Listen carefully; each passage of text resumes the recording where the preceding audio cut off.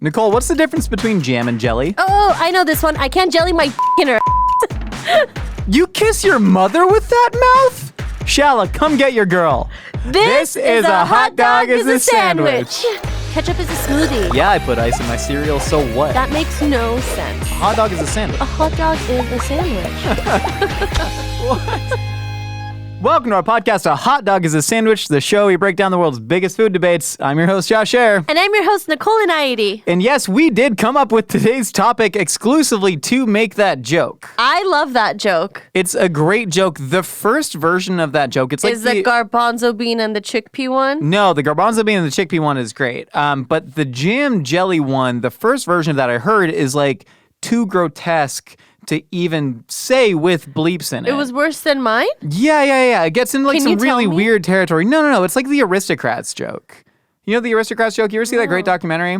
No. There's this old joke about a family walks into a talent agent, and the talent agent says, "Wow, let me see your act." And then the family just performs all the dirtiest things you ever heard. And then at the end, the talent agent says, "Wow, that's surely spectacular. What do you call yourselves?" And they say, "The Aristocrats." And so the fun of the joke is that everybody, I love explaining a joke is always the best thing. But the fun of the joke isn't the punchline of the Aristocrats. It's like, what lengths will people take their act, you know, and what sort of improvisational storytelling. Do they talk about jam and jelly in that joke? No, they don't, but it's the same thing where the jam jelly joke you just get as disgusting as you want, and then the point is there's an actual culinary debate here. Oh yeah, there is a culinary debate here. Because there's a difference between jam and jelly. Sure there is. And there's a whole wide world, Nicole, of fruit preserves. A whole wide world. I don't know that song. God, you really didn't have a childhood. I assume it's from Disney. Good assumption. And probably based on a real historical period where there were a lot more problematic things like Pocahontas. She was 14. It's from Aladdin, Princess Jasmine and... Oh yeah, speaking of which. Anyways, jam and jelly. I love both of those things. What's the difference to you? So I have always associated jelly being just fruit juices mixed with pectin and sugar. And jam? Jam is the whole fruit that's mashed, mixed with pectin and sugar. And marmalade? Or citrus fruits. That's done in the... So citrus fruits, that's you remove the peel and the pith, and then you do the fruit plus the peel, plus sugar and pectin. And preserves? Oh, preserves is jam before you mash it up, so it's like big old pieces. And confiture? I don't know that one because I never learned it. What's that one? I think confiture is just the French word for jam. Okay. Okay. So why don't you just say jam? So you are you're correct in a lot of those. Jelly is strained. Jam is the whole fruit. Mashed. Preserves typically won't be cooked, but even that there's no legal distinction. There's only in America a legal distinction between jam and jelly, and a lot of them it's like the mayonnaise debate, right? Where remember that one? So the mayonnaise debate. We had that one. We had that, mayonnaise or aioli. And we talked about why Cool Whip isn't considered mayonnaise because it has too high of a water content, effectively. Mayonnaise has to be X% oil by volume to legally be considered mayonnaise. Ditto with jams and jellies. Right. So jellies have to be 65% water-soluble solids, which is to say sugar. It can also be corn syrup, honey, etc. But basically there needs to be a certain percentage of sugar versus fruit versus pulp, juice, etc. Sure. Be jam and jelly. All the other terms, which I didn't realize this, marmalade, confiture, preserves, none of that is legally protected. Interesting. Okay. Marmalade's not legally protected. Marmalade is not. However, Nicole, I was trying to find research on this. Okay. And I found a 1980 memo from the FDA Compliance Policy Guide concerning marmalade. I know this is the exciting stuff that people came here for. That's right. But they... I'll read from it here. We have expressed the opinion that marmalade should contain at least 65% soluble solids by refractometer. It is customary in making orange marmalade from sweet oranges to use at least 30 pounds of peel and juice with each 70 pounds of sweetening ingredient. So anyways, this is effectively a policy guide. We believe the name marmalade should be used only for articles made from citrus peel and juice. Articles made from other fruits would be expected to comply in composition and labeling with the standards of identity for fruit preserves, jam, and jelly. So there's Crazy. no legal. I know it is. Well, okay. I find this fascinating because you talk about marmalade being made from citrus fruits. One, why would that need any different distinction? Because What do you mean? Well, citrus fruits are like their own like category. but so are berries, so are stone fruits, right? So are drupes. Why What are would you drupes? need a drupe? Like like a plum is a drupe? It's one of those weird agricultural distinctions, like a pulse, like a bean versus a legume versus a Oh, pulse. sure. And I'm pretty sure a plum is a drupe for some reason. I don't exactly know why, but the point is there's so many different distinctions in fruit. We only distinguish for marmalade based on citrus, which is fascinating because if you know the etymology of marmalade, Tell me it. what? Okay, you go to España. Say. You're eating a nice plate of.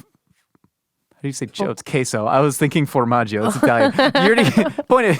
God dang it! You're eating a charcuterie board in Spain, Sure. right? They wouldn't call it charcuterie. They'd call it whatever it is in Tapas. Spanish. Tapas. But you're getting like cheese and meats. There's a paste made of quince. What's it called? Membrillo. Membrillo. Marmalade. So you Mem- go to Portugal. It's actually called marmelada, Oh, right? this and so is crazy. marmella is the like Latinate root for quince. Oh my gosh. So marmalade literally means like thing made from quince. My mom makes quince jam. So your mom makes quince. You know who else made quince jam? The Spanish. Ancient Romans. Oh, So if you track modern fruit preservation, I'm surely throughout history they've been preserving fruit via many ways, right? Sure. People have been Drying. things in the sun for forever. You even look in Korea and you'll see like preserved citrus rinds that they'll add to Yeah, teas. I believe it's called chong. Yeah, there's actually there's like chung talk. There's Where what? people like chung talk. There's like, chung talk? Yeah, You're yeah, on but- chung talk? yeah, Get the hell out of here. Yeah, they take like a pound of like of grapes or like a pound of strawberries and they let it preserve in not in sugar, not salt, for like months on end. There's like a 1 month chung and then like a 2 month and then like a year long. Oh, hell It's yeah. crazy. Yeah, Because- I'm on that side of TikTok. I want to get on that side of TikTok. Okay. I'm just on like Natty or Not Talk, where they just look at any actor that's like fitter Oh, than the normal no. person. They're like, they're not daddy. As people are just eating Taco Bell on the couch. Josh. But I also like agree with them. Like most, see anybody in a Marvel movie. The point is, people have been preserving fruit for as long as Sure. fruit has been around. Right. Effectively, one of the earliest written recipes we see for any sort of fruit preserve is De Re Coquinaria. This is the book. We've cooked from it on Meals of History before. have?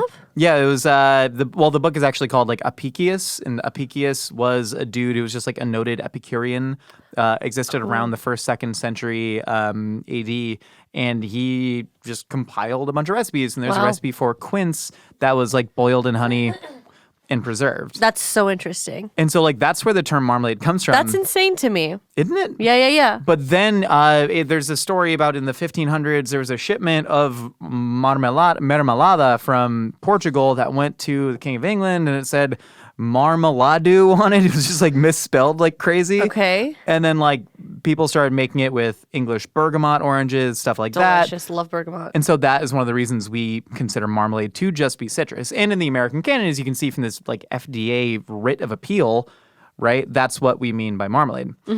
So there's that, That's very interesting. Thank you. That's actually very, very interesting. isn't it? Yes. And then there's another thing. I actually found this on just the Wikipedia page of preserved fruit, but they Wow. were talking about, because I really wanted to know the difference between all of these freaking terms that we have. Sure. Why are there terms, One of the terms they used in that was cheese.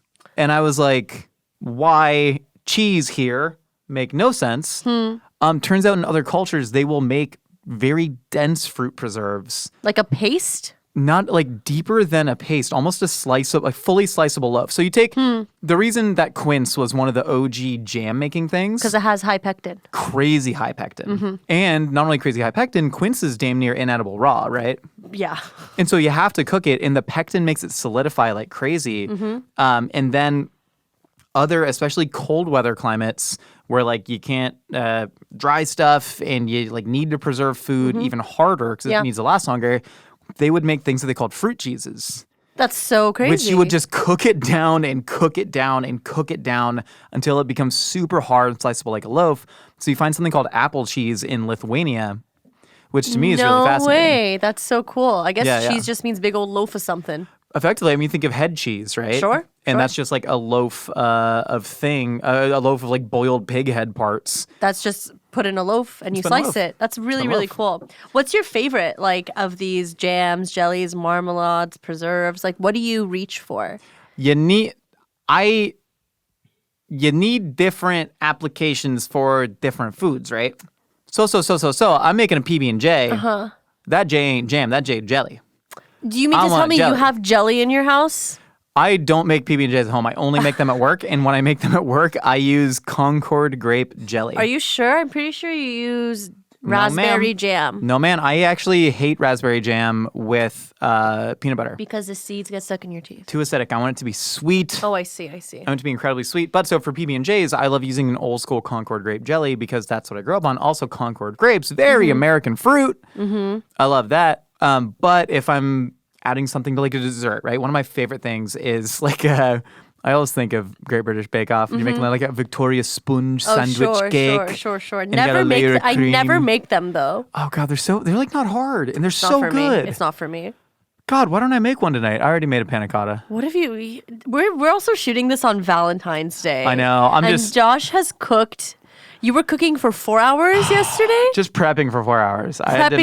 To make Julia a beautiful home cooked meal. Yeah, I made a Thai curry paste from scratch and I cooked it down and I made a grapefruit panna cotta. So I got to make.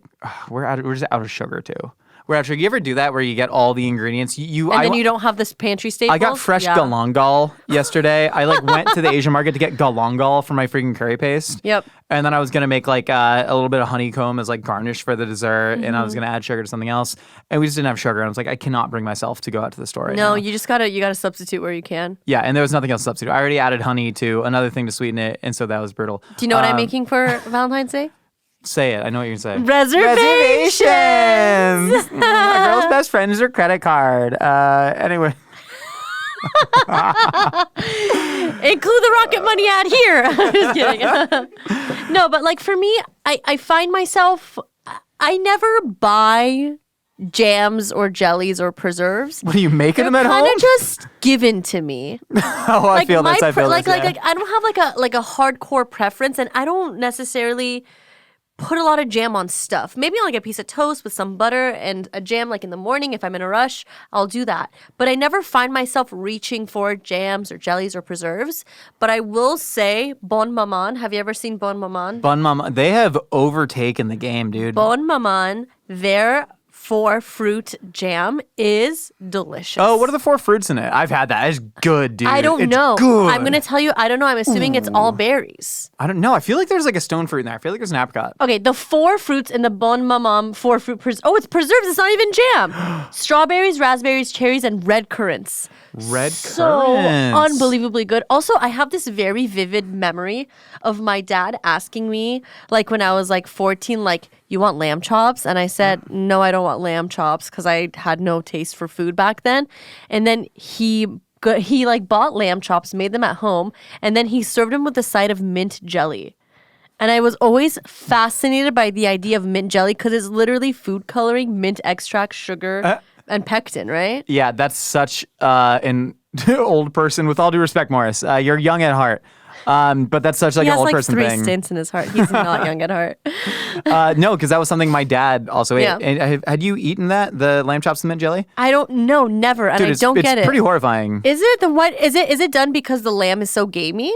I suppose that's like a very old school thing to eat that I don't understand. I will say I love using jams, fruit preserves, whatever, in cooking. Like the other day, it's a great way just to sweeten things. I feel you with always somehow ending up with jams, but never remember buying them. Exactly. I have so many random jams like in my cupboards. I'll be at like a farmer's market and just be like, oh, might as well drop $9 on this. Yeah, and this it's like has a chia seeds in it. Fig jam and it's bad. Yeah. But I don't like using that fig jam on anything. But the other day, I love fig jam. I mixed it with a little bit of like vinegar and hot sauce and butter and made like a glaze for chicken. That's smart. And that was really nice. That's smart. So I like doing stuff like that. But speaking of things that I bought at the farmer's market that I hate and I'm trying to dump in random things to get rid of, I put this in pancakes the other day. Date butter. You don't like date butter. Well, okay, what is date butter to you? I'm guessing because blended up dates with water. Because, like, think about apple butter, right? Oh my God, apple butter rocks. Well, yeah, why is apple butter not a jam or my a God. preserve or whatever? I just tasted apple butter in my mouth and it was so good. Pumpkin butter. I love pumpkin butter. Pumpkin's a fruit because it has seeds. That's a jam. I love pumpkin butter. I love pumpkin butter too. I love apple butter. I love sugar. I'm like a hummingbird. I hate applesauce, love apple butter. Yeah, I guess applesauce plus sugar plus heat plus time equal apple butter, Yeah. right? I guess. So it's yeah. fun. Applesauce is just raw apple butter. I could also just squeeze Go-Gurt's applesauce in my body all day long. I love it. hate applesauce. I feel like a little baby, you know? It like makes I want me to get feel like like a some weird baby. diaper play stuff. You Oh, know? It's like, no. like SFW, like Please just like delete normal. that. What? Maggie, why is everybody cringing? Why is apple butter not a preserve or a jam to you? Because there's apple It's jelly. too smooth. Something about the smoothness of it makes me feel like it's not a jam, jelly, preserve, it's a butter. Well, probably if we look at the FDA definition. Also, FDA does not distinguish between preserves and jams, by the way. Really? So we can say that there might be more heat added to jam, whatever, but according to the FDA, you can just use preserve versus jam on your packaging willy-nilly. Really? Because I've always thought preserves, like they have like blackberry preserves. In my head, when I see blackberry preserves, it's like pieces of blackberry in there. So is a strawberry jam, though. You get like a Smucker's strawberry jam, and there's pieces of strawberry in there. Really? I always thought it was like relatively smooth plus the seeds. Now, you know how I know that? Because Smucker's, they got the squeezable ones. We have them. We, for a long time, had them in our fridge at work. They have the squeezable jams and jellies. And for the grape jelly, it's great because it's purely smooth. It's just the grape juice. But then you'll get like a little strawberry chunk stuck in the Yeah. squeeze tip. And then I got to take my mouth to the squeeze tip and I go, and then I just put it back in the fridge and don't tell anybody. So that's how I know strawberry jam is. Because I'm kidding. I don't do that. I do Yeah, that you with, I do that do. with my hot sauce bottles at home. And sometimes you get pulp. Arizona Gunslinger, you get a lot of pulp stuck in the tip. So you suck it out. Yes. Are you proud of yourself? A little bit. Okay. How else would you get it out? I try shoving a chopstick in there. It don't work. It don't work. I just shake it. I just hold the nozzle and I shake it. That makes sense. Okay. Fruit spread is really interesting to me. What is fruit spread? I'm so glad you asked. So fruit spread became a term. All right. So the reason that you might want, if you are a governing body, to have, at first when I saw the regulations that said at least 65% sugar, I was like, surely they mean at most 65% sugar, trying to prevent companies from just loading this stuff up with corn syrup, sugar, whatever, Sure. and not having any fruit in there. But no, they mean at least 65% sugar because of the preserving effects of sugar. Because that's the origin of why all jams, jellies, and all this stuff exists, right? Yeah, sure, of course. Is that sugar helps preserve foods. But then we get into the canning era, which, as we all know, Let's get into canning, Josh. Let's start canning. now, do you know the guy who basically invented canning and like helped Ball? the Napoleonic Wars? No, his name was not Ball. His name was Nicolas Appert. Oh, okay. I think he was Belgian technically, but under like the Napoleonic Empire. And Napoleon during the Napoleonic Wars was like, hey, I'm giving a 12,000 franc reward to anybody who comes up with the best idea that we can execute to feed our troops. And this guy was just like, I figured out a way to seal off all bacteria inside Wow. food and allow it to last forever. And then they were like, all right, cool, but like we don't really dig what you did during the revolution, so we're going to take your idea and like piss off. And then his factory got destroyed by the Prussians. It was back then you were just about to get killed by the Prussians at any given moment. That sucks. And then we just successfully wiped Prussia off the face of the map. In Where history was forever. Prussia? Prussia was like, I believe, northeast Germany. Oh. It was like its own kingdom for a long time, an empire. And after, I think, like World War One, they're still around in a little bit of world. I don't know, but we were just like, no more Prussia, dude. Y'all don't get to exist anymore. That The sucks. point is, canning became a big thing, meaning you could feasibly add less sugar to stuff because it was going to last however long, and we have refrigeration now too. So companies were like, we're going to put less sugar in our jams and try and market that. And FDA was like, nah, you can no longer call this a jam. So we got fruit spread. That's a fruit spread, homie. That's all you can prove. There's fruit there, and you can spread it on stuff. That's awesome. I find myself leaning towards more of the jams and the preserves. Jelly it just doesn't sit right with me. It's too clear. Does it feel artificial to you? Yes, it feels artificial and it feels too clear, and I feel like I need to know that I'm eating something from the fruit, like some sort of chew, some sort of something, because jelly, it just screams too sweet to me. It feels infantile, right? Like it feels like something you I would don't have think eaten. infantile is the right word, because my mother was never a jelly person. She was also a jam and preserve person. So even when you were a little kid, you weren't like sucking down grape jelly. Never. What jellies do people even eat other than grape? And like mint. Strawberry. But like strawberry jelly with no fruit in it? I mean, I don't see know it that at I've the ever store. had that. I see it at the store. Like if you Google strawberry jelly, I mean, there's also... I feel like Joe Rogan just being like, Google COVID lab but not us. strawberry jelly. Yeah, I feel like strawberry jelly and grape jelly are very popular. Why do I feel like I have no memory of strawberry jelly? Really?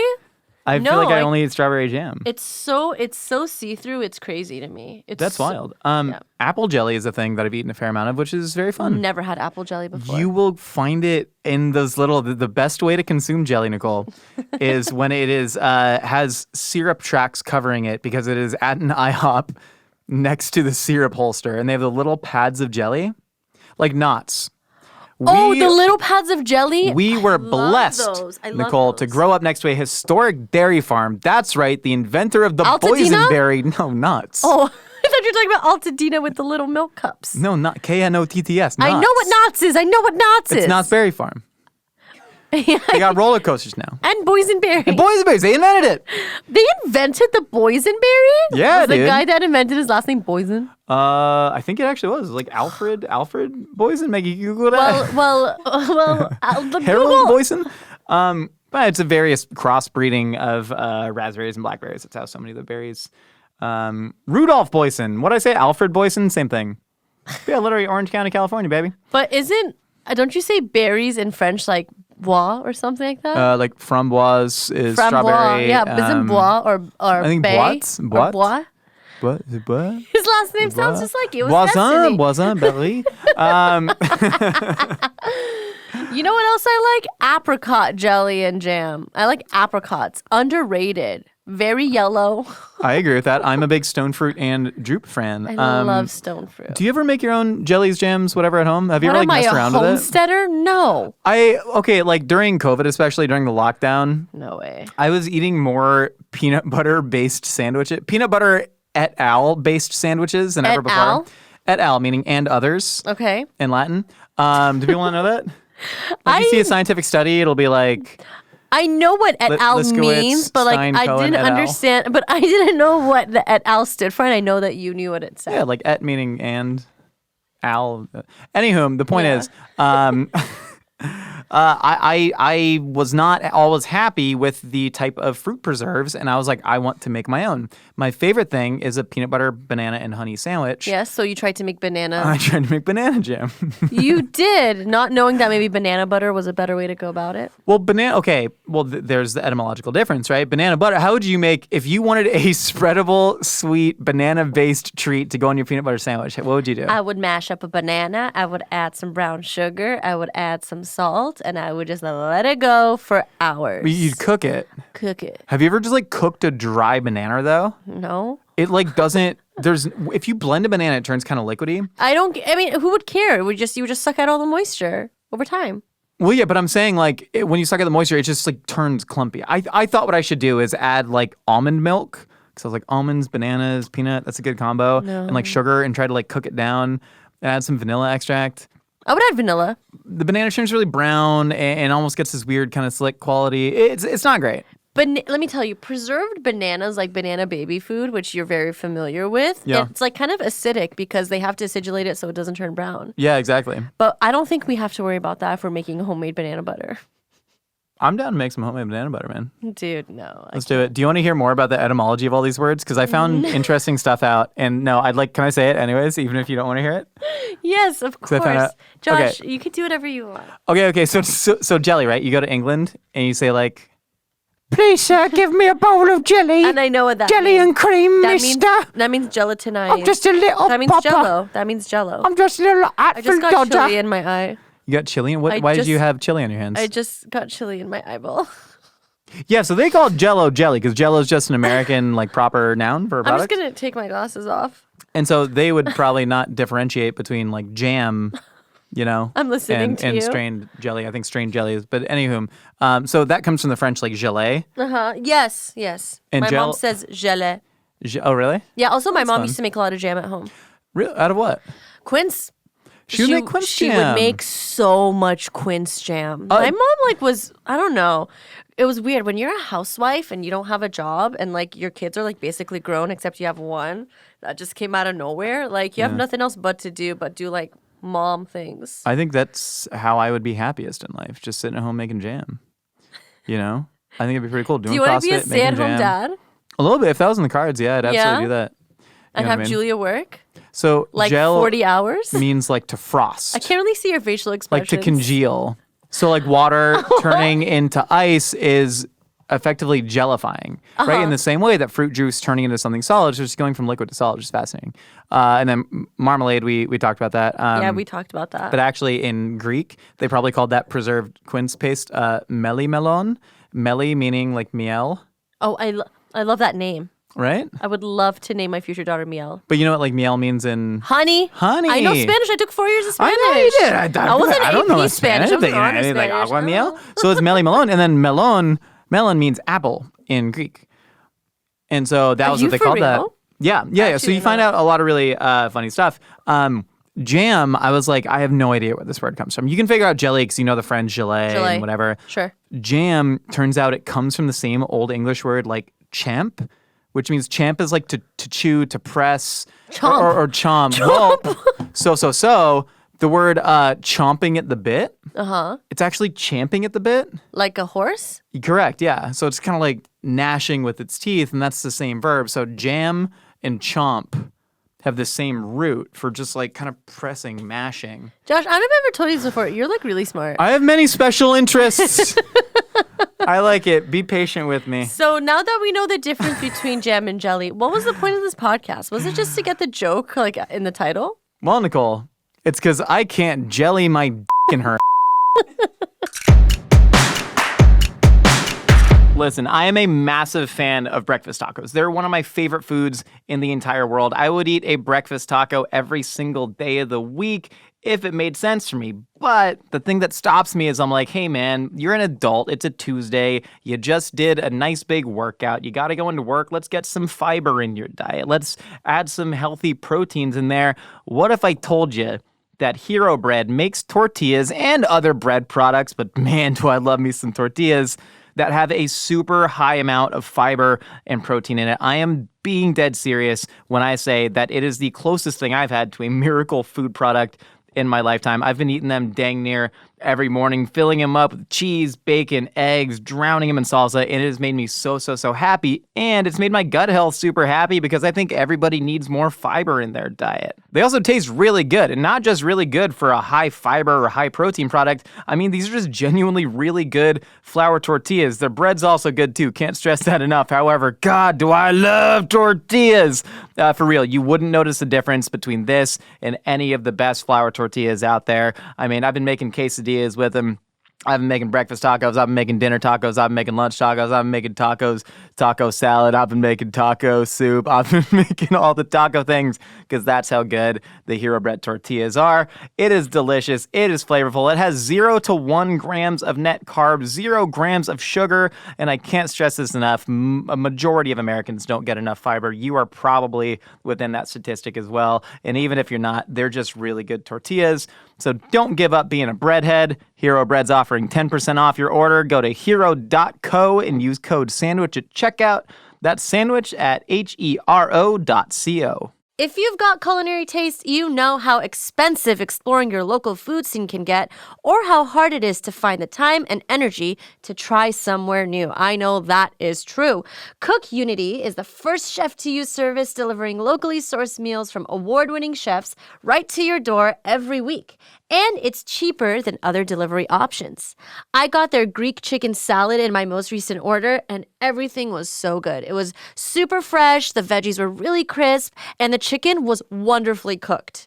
I also love how fast and easy it is to order, and the packaging directions are always easy to follow. I also love having the ability to support local chefs and food talent. It feels real nice, supporting your local chef. With Cook Unity, the packaging is compostable, recyclable, or reusable. And your food arrives fresh, never frozen, in packaging that keeps meals fresh in the fridge for up to 7 days. There are hundreds of dishes to choose from with a variety of dietary preferences, and the menu is updated constantly. The menus are posted 2 weeks in advance, so you have plenty of time to choose. I always go for the more keto options because I'm eating all that, starchy stuff on set. So it's nice to have meals that are perfectly portioned for me and they make me feel full and happy. Experience chef-quality meals every week delivered right to your door. Go to cookunity.com/hotdog or enter code HOTDOG before checkout for 50% off your first week. That's 50% off your first week using code HOTDOG or going to cookunity.com/hotdog. If you want incredible deals on premium cuts of meat, ButcherBox is here for you. ButcherBox has high-quality meat and seafood you can trust, 100% grass-fed beef, free-range organic chicken, pork raised crate-free, and wild-caught seafood.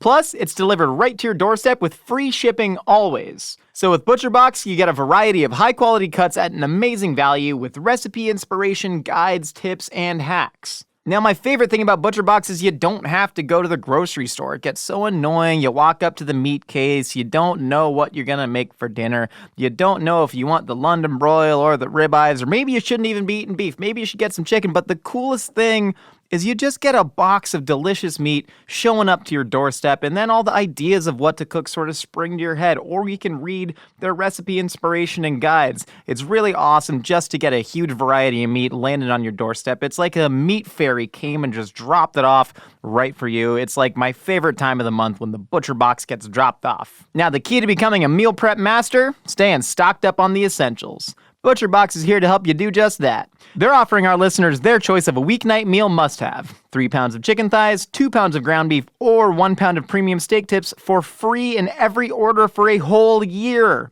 Plus, get $20 off your first order. Sign up today at butcherbox.com/hotdog and use code HOTDOG to choose your free offer and get $20 off. All right, Nicole, I've heard what you and I have to say. Now it's time to find out what other wacky ideas are rattling out there in the universe. Time for a segment we call... Opinions are like casseroles.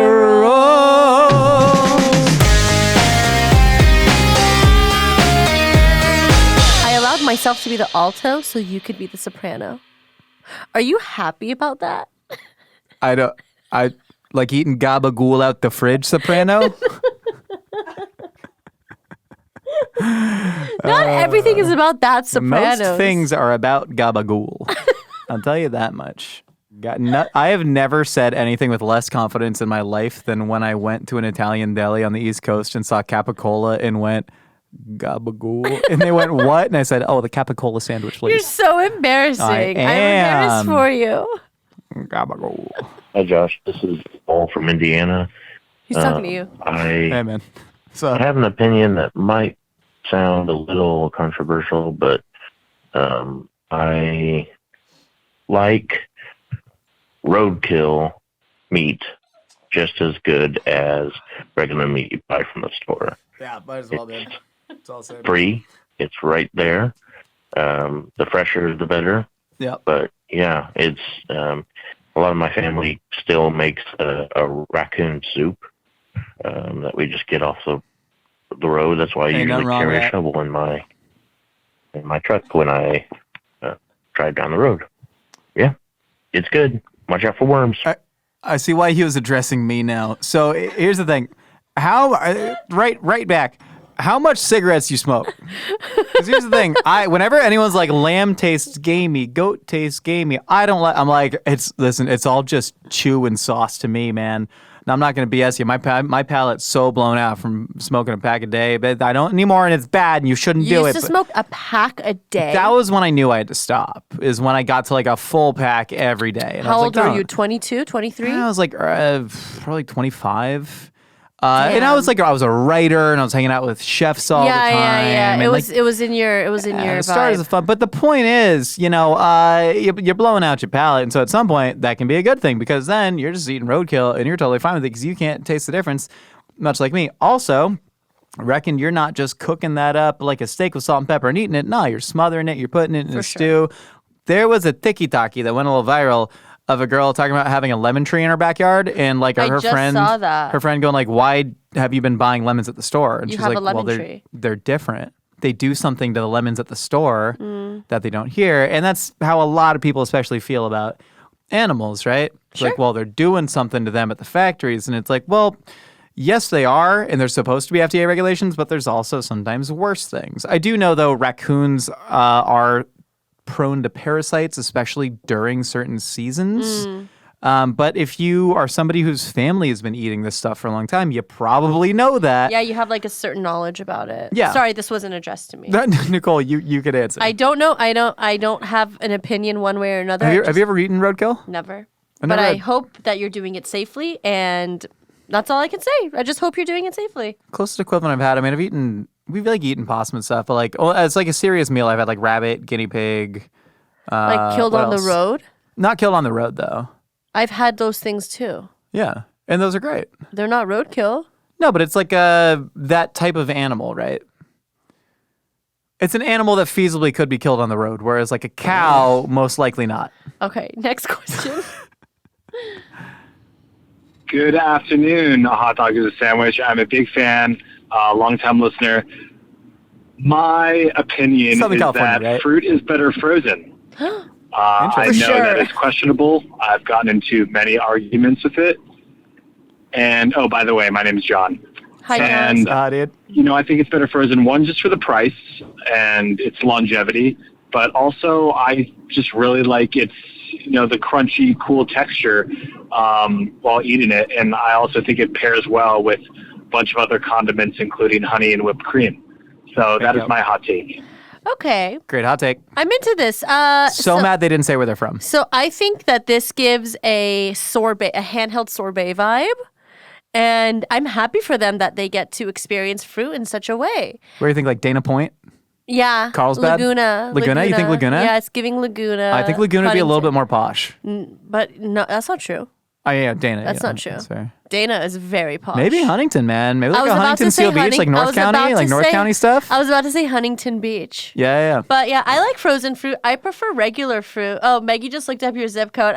We have that information. Wait, what's the zip code? Where's he from? No, I looked up the area code. That's what I meant, not zip code. Area code, not zip code. That'd be fricky.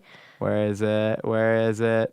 Oh, Southwestern Connecticut. Connecticut. Oh, you know what it is? what? You know what I think it is? I think it's just a frat accent. Oh, maybe. I think it's a frat accent. A fraccent? A fraccent. I just listened to this, a great follow on Instagram called Etymology Nerd. He was like a Harvard. Oh, I love Oh etymology. my nerd. God, he's good. I He love etymology. did a nerds. video So about smart. why the frat accent sounds the same no matter where you go. He makes me want to learn languages. I know, man. So You heard smart. his bird language? No, I haven't gotten that. I haven't been fed that on the thing. But let I'm me sorry, tell that you, could have been a slur in his bird language. Let and I me don't tell know. you, I'm obsessed. Let me tell you, I just love linguistics and etymology. So I'm all about that stuff. Yeah, same. Does a lot of great videos. Anyways, I like this. I agree with that. I keep frozen fruit wherever I am. do. Because I love blending it into smoothies. And then if you are making any hot application of fruit, like any dessert, you're making a cobbler, might as well use frozen fruit. A lot of the times it is picked at peak season and then course. frozen. course. There are so many advantages. We invented the freezer for food preservation. reason. Got to use it. Yeah. Got to use it. It's great. Agreed. What up, though? My name's Elio. 6 in the morning on my way to work. I feel like Amarillo, the world needs to Texas. stop sleeping on the Midwestern Cool Whip based salads. Yes, sir. I'm talking Jello salad, Ambrosia salad, Snicker salad, Watergate. etc. I feel like if the world was open to and knew about these salads, we'd be an all-around, much more fulfilling place. Love the podcast, guys. Okay, love your voice as well. Preach. Obsessed. I like the little snarl you had when you were talking about salads. He's a lead singer in a post-hardcore band. I love his voice.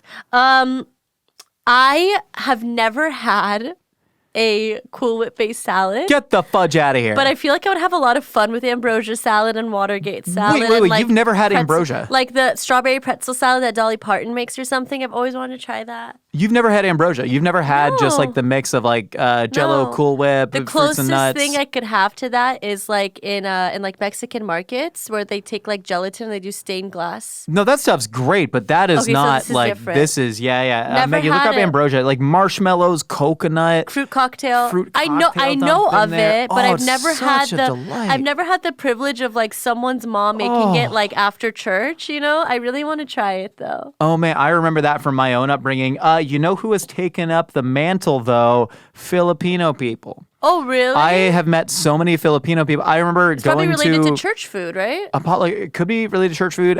There's a lot of like very American sort of like capitalistic food industrial influence in the Philippines, right? Spam, Sure, corned Spam, beef, yeah. all this stuff, ketchup.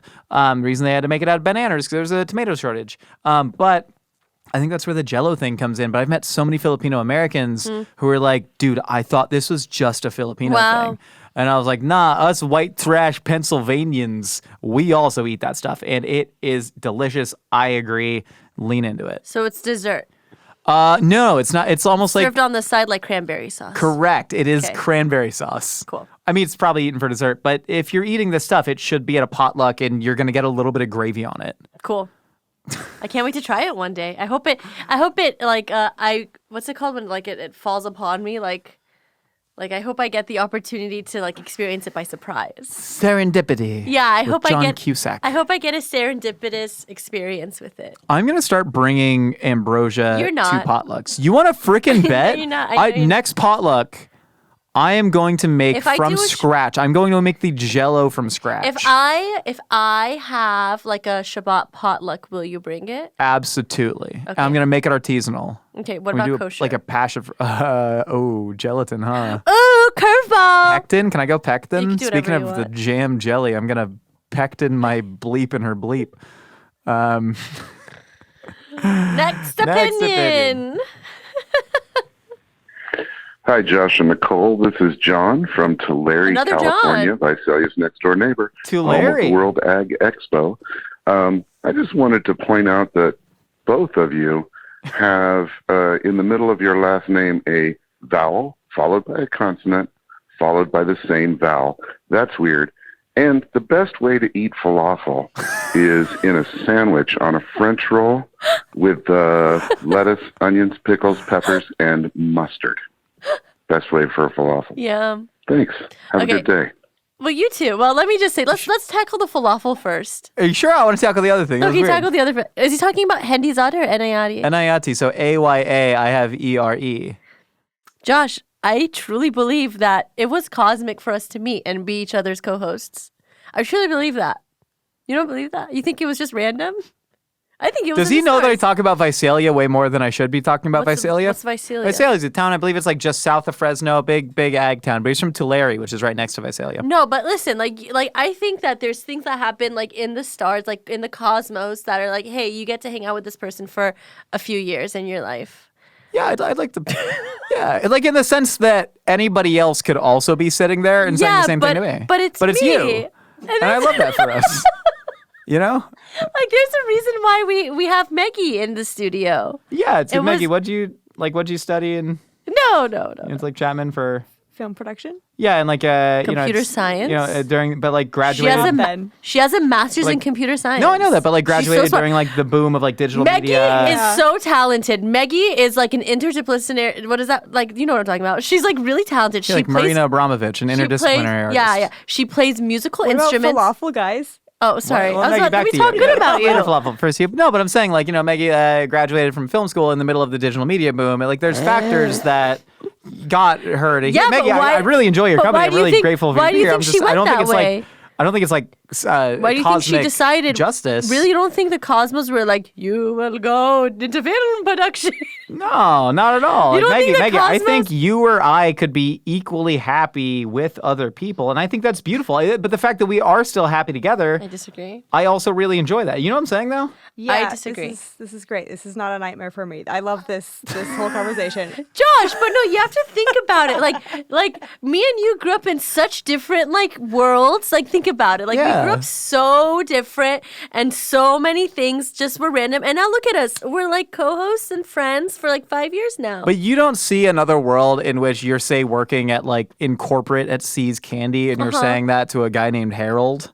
Like, Harold, you and I This is- grew up in such different environments because you probably did, right? No. Not a lot of people grew up in the same environment. No. You could have been working at craft if you were a food scientist at craft. What's that movie, Everything Everywhere All at Once? Yeah. In this, what is this called? In this dimension, we met and this is what we're doing. In another dimension, maybe we were, I don't know. Talking rocks. We were riding raccoons around or whatever they did. Maybe we were talking next to each other. Hot dog hands. And you're not understanding what I'm saying and it bothers me. There's a reason why. And maybe our last names having those vowels and consonants next to each other is another reason why we're hanging out all the time. I don't know. This is something Kanye would say right before he says something terrible about a certain group of people. You know what I mean? Or how Terrence Howard thinks that he can prove that 1 times 1 is 2 and not 1. Terrence Howard thinks that? Yeah, somebody just Google Terrence Howard that math. Movie Hustle and Flow. Okay, falafel. Actually, recently, let me tell you what's my favorite way to eat falafel. I saw this guy make a falafel burger. I think his name is Danny Nisam, something like that. I don't know. His name is Danny, and he made this falafel smash burger, and it looks so... Daniel Meshop? I don't know. I feel like I know that name. Oh my God. It looks so good. And I literally sent it to my husband. I'm like, we have to make this immediately. And so I want to eat my falafel with a burger patty and cheese and lightly fermented red cabbage and homemade pita with sesame seeds. Yeah, the interesting thing about the veggie burger boom with Impossible and Beyond and all that is that the perfect veggie burger was created thousands of years ago in probably Egypt is what I think it came from, and it's called falafel. Nothing has improved on that ever since. That said, eaten in a hoagie roll like that, I would say the opposite. I see where you're coming from. It's like a vegetarian meatball sub, but I think meatball subs are among some of the worst constructed sub sandwiches. You're putting a round ball. It's literally you're biting into it, and the meatballs are squirting out. I know falafel has more texture, less sauce, etc. But I would rather eat the falafel in a laffa wrap, just like a burrito, and then I would also say that the better application of a meatball is also to be put in a laffa wrap like a burrito. I like laffas. I love laffa. I go laffa over pita any day. Oh, really? Yeah. I go pita over laffa. And laffa over lavash. Is it the same thing? No. You sure? Laffa is fluffier. Sangak. Sangak's the best. Do you love me some sangak? I just embarrassed myself on this podcast. Next opinion, please. Hi, guys. My controversial take, my hot take is that cottage cheese and sunflower seeds is so good. My mom used to dip cauliflower in it as well, but yeah, cottage cheese and sunflower seeds. Thanks. That sounds like a song. If I wanted to illustrate something really unnerving about somebody in a horror film, but a horror film where the vibe and the feeling is horror, but nothing horrible has happened yet, I would show them dipping cauliflower into cottage cheese with sunflower seeds. Do you think the sunflower seeds are shelled? They must be. Yeah, they must be shelled. Yeah. But why? There's no flavor in any of those. You could get roasted sunflower seeds. Yeah, but the flavor is I like sunflower seeds a lot, actually. This is maybe the strongest I've come out against an opinion. Most of the time, people are like, I put beef jerky in my coffee, and I'm like, well, if you actually go back to ancient Mesopotamia, you can find. No, I'm pretty bummed out by this. It's like white. I hate that the word, colors. Bummed out. Bummed out. That it's it's a white cruciferous vegetable being dipped into a white chunky with just gray crunchies. This just gives me diet culture vibes. Right, and that's all I gotta say about that. A little bit. Raj, workshop the recipe. Salt, pepper, olive oil. Put some stank on it. As a Josh little hot. would say. Yeah, put some stank pivot on to it. ricotta. Maybe some crushed pepitas, a little tahini. Yeah, I don't know. Pepitas are sunflower seeds. No, pepitas are pumpkin seeds. Oh, you're right. Yeah. Sorry. Eating seeds is a pastime activity. That's. I hate. I just shove seeds in my mouth and I just chew through them and I bird seed. No, like bird seeds. You go to the because one of my favorite grocery stores is Petco. They got really good deals on their little tins of meat. No, Josh. It's on sandwiches as a spread. No, silly. Sunflower seeds, I'm not very good at cracking individual ones. So either David does it for me because he loves me. It's such an independent relationship. I love that for you guys. It is independent. What do you mean? You do things for each other. Yeah, it's called love.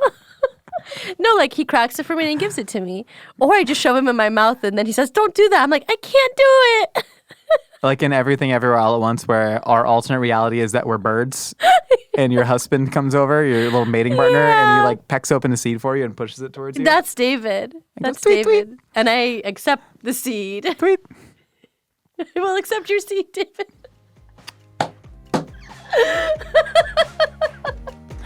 On that note, thank you for listening to A Hot Dog is a Sandwich. We got new audio-only episodes every Wednesday and a video version here on the YouTube on Sunday. If you want to be featured on Opinions or like Casseroles, hit us up at 833-DOGPOD1. The area code is 833, and the number is DOGPOD1. I thought it was Dodge Pod. No. It's For more Mythical Kitchen, check us out on other videos where we're launching them, episodes weekly every week. Till next time, seeing you here or elsewhere. Goodbye.